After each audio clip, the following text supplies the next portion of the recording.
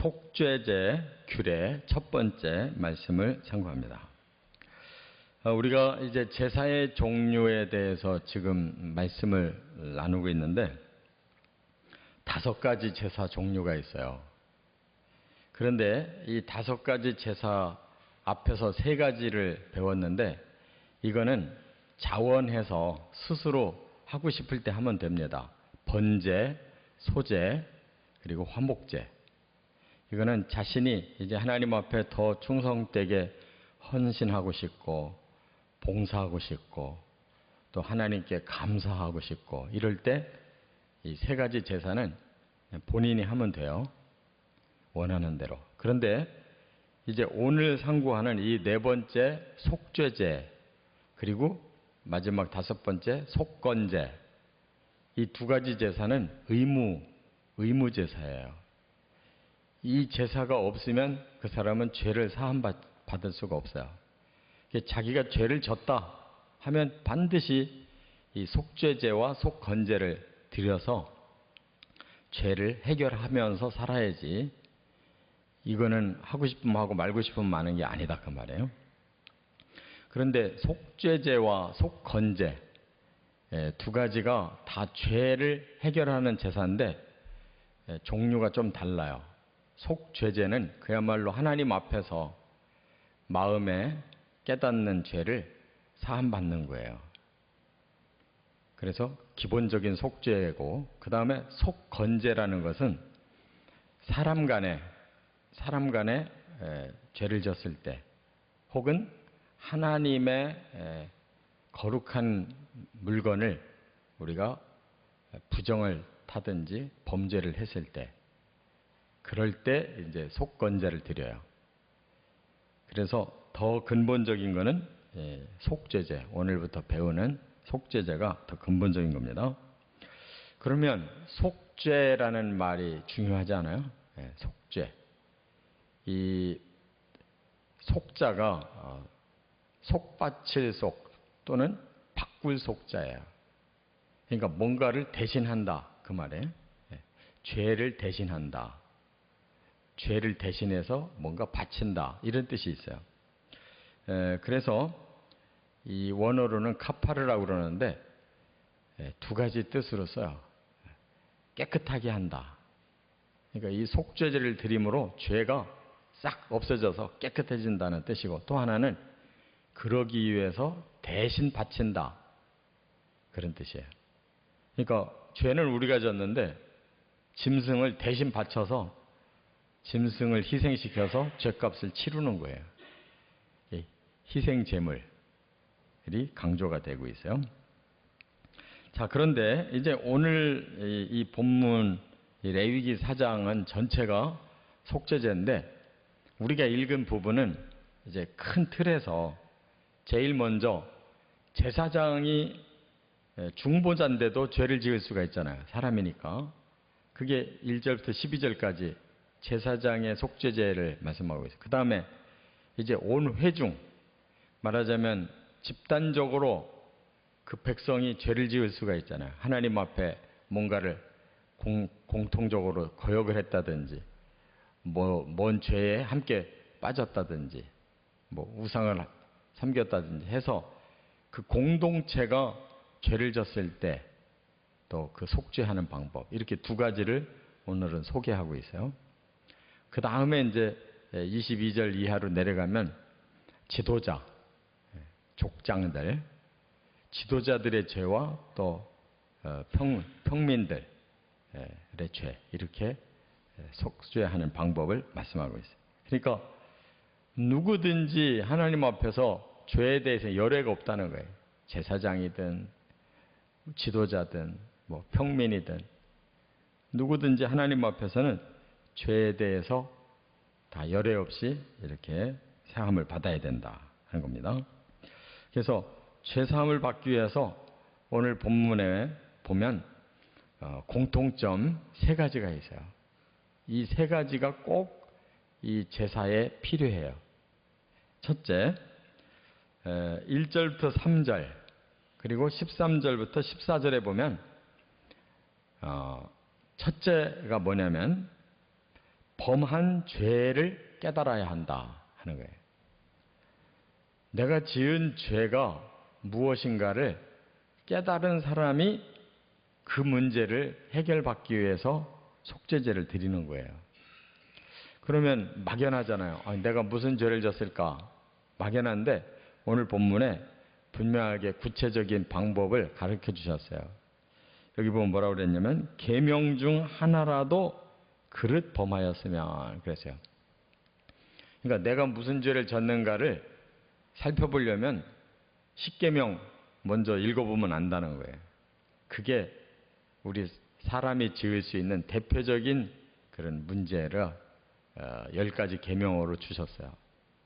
그래서 일단 십계명을 읽어보면 내가 하나님 앞에 죄를 졌는지 또 사람 앞에 죄를 졌는지 그것을 깨닫게 돼요. 그러면 바로 그 문제를 하나님 앞에 해결받기 위해서 바로 속죄제사를 드려야 된다. 그런 뜻이에요. 또 제사장뿐만 아니라 온 회중도 똑같이 그 계명 중에 어떤 죄를 범했는가 하는 걸 먼저 깨달아야 돼요. 그러면 이제 오늘 본문에 보면 숫송아지를 속죄 제물로 바쳐야 되는 거예요. 숫송아지는 제물 중에 가장 좋은 겁니다. 또 값어치도 가장 높고, 그래서 제사장이나 온 회중 전체의 속죄제는 숫송아지로 드리게 돼 있어요. 그러나 또 그 다음 속죄제는 이제 그 짐승이 달라집니다. 점점 값어치가 좀 작아져요. 그 다음에 두 번째 뭐가 꼭 필요하냐? 여기 4절부터 7절, 15절부터 18절에 보면 제물에 피를 7번 뿌려야 한다. 이게 중요한 과제예요. 제물, 지금 숫송아지가 제물이 됐죠. 숫송아지는 아무 죄도 저지른 적이 없어요. 사람이 죄를 저질러 놓고 숫송아지를 대신 희생제물로 바치는데 그 피를 7번 뿌린다는 뜻은 뭐냐? 그 피는 그 짐승의 생명입니다. 그 짐승의 생명을 이제 죽였어요. 그래서 하나님 앞에 이 생명 값을 받으시고 용서해 주십시오 하는 그런 뜻에서 피를 하나님 전에서 7번 뿌려요. 그러면 하나님이 그 피값을 받으시고 사람의 죄는 용서하시고 이렇게 하는 것이 바로 피의 뿌림입니다. 자, 그러면 이제 이 절차가 뭐냐? 제일 먼저 범죄를 한 제사장이 그 숫송아지 머리에다가 안수를 하게 돼 있어요. 그 말은 하나님, 제가 이러이러한 죄를 졌는데 제가 이 제물을, 이 숫송아지를 하나님께 바치오니 이 숫송아지의 이 생명을 하나님께 드릴 때 대신 저의 죄값으로 받아주시고 저의 죄를 용서해 주십시오 하고 자기 고백을 하는 거예요. 그런 다음에 죽이면 이제 목을 먼저 따요. 그러면 피를 계속 쏟을 거 아니에요. 피를 전부 담아가지고 일부를 이제 성소에 들어가서 지성소 앞에 휘장이 쳐져 있어요.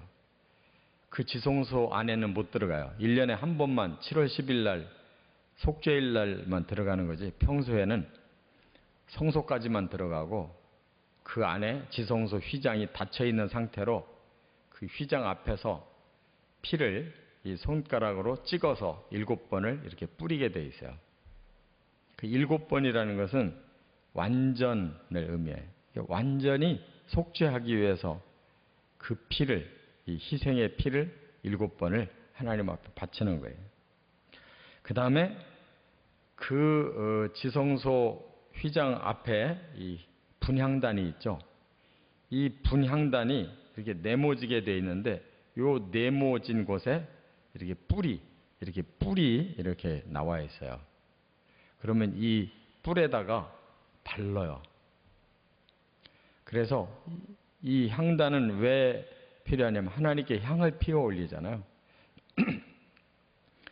이 향은 뭘 의미하냐면 하나님 앞에 우리의 간구를 드리는 걸 의미해요. 그래서 이 향단의 뿔에 피를 바른다는 건 하나님 저를 용서해 주십시오. 이제 이 피를 통해서 제 죄값을 다 이제 깨끗하게 용서해 주십시오 하고 이 향단 뿔에다가 바르는 거예요. 그 다음에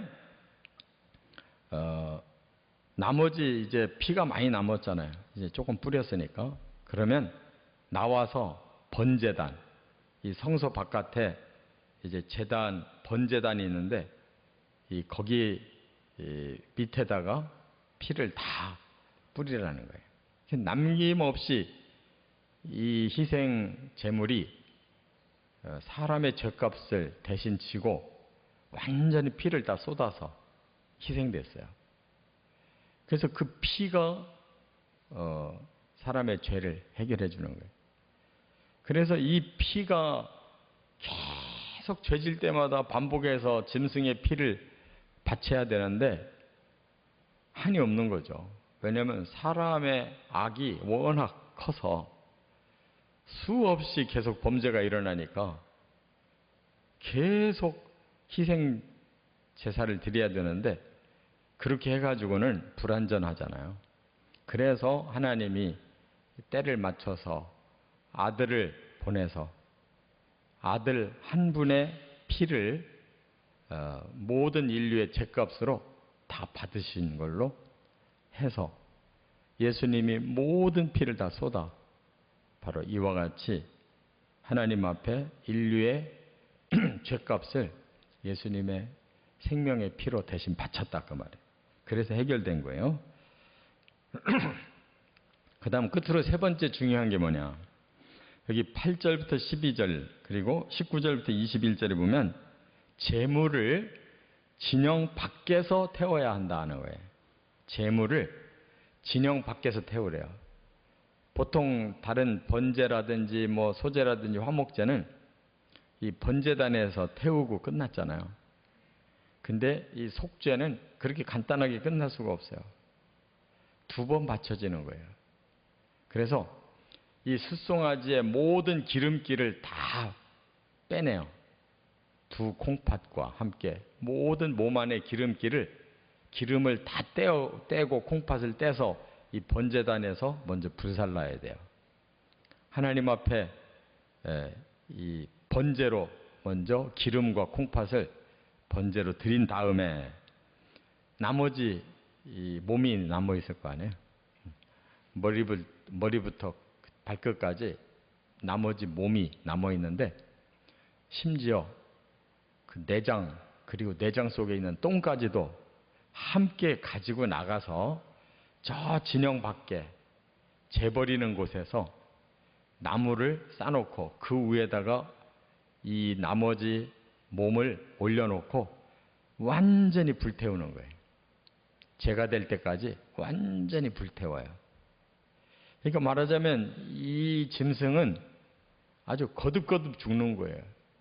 목을 따서 피를 흘려서 죽고 기름기와 콩팥을 다 태워서 죽고 나머지 몸체는 저 바깥으로 쫓겨나서 거기서 아주 뼈까지도 다 그냥 태워서 화장을 시킨다 그 말이에요. 그 말은 뭐냐면 그만큼 죄의 값이라는 게 무서운 거예요. 그렇게 그 짐승 한 마리가 내 죄값을 해결해 주느라고 그렇게 세 번이나 이렇게 죽음의 과정을 겪잖아요. 그런 걸 보면서 죄를 쉽게 짓지 못하겠죠. 내 대신 저 죄 없는 짐승이 저렇게 계속 죽는구나. 그럼으로써 우리 자신의 죄가 한번 해결되려면 보통 힘드는 게 아니다. 그래서 우리 자신을 잘 제어해서 죄를 되도록 짓지 않도록 눈으로도 그것을 현장을 느끼게 하는 거예요. 이것도 예수님을 통해서 이제 완성이 된 거예요. 예수님도 십자가에 달려 돌아가셨는데 그 십자가는 성 안에 있는 게 아니에요. 성 밖에 있는 거예요. 말하자면 그 사형장, 우리나라도 옛날에 서대문 밖에 사형장이 있었던 것처럼 그곳은 아주 죄수들만 갖다가 죽여서 버리는 곳, 그런 저주받은 곳에 예수님을 끌고 가서 그 갈보리라고 하는 그 언덕의 사형장에서 예수님을 죽이신 거예요.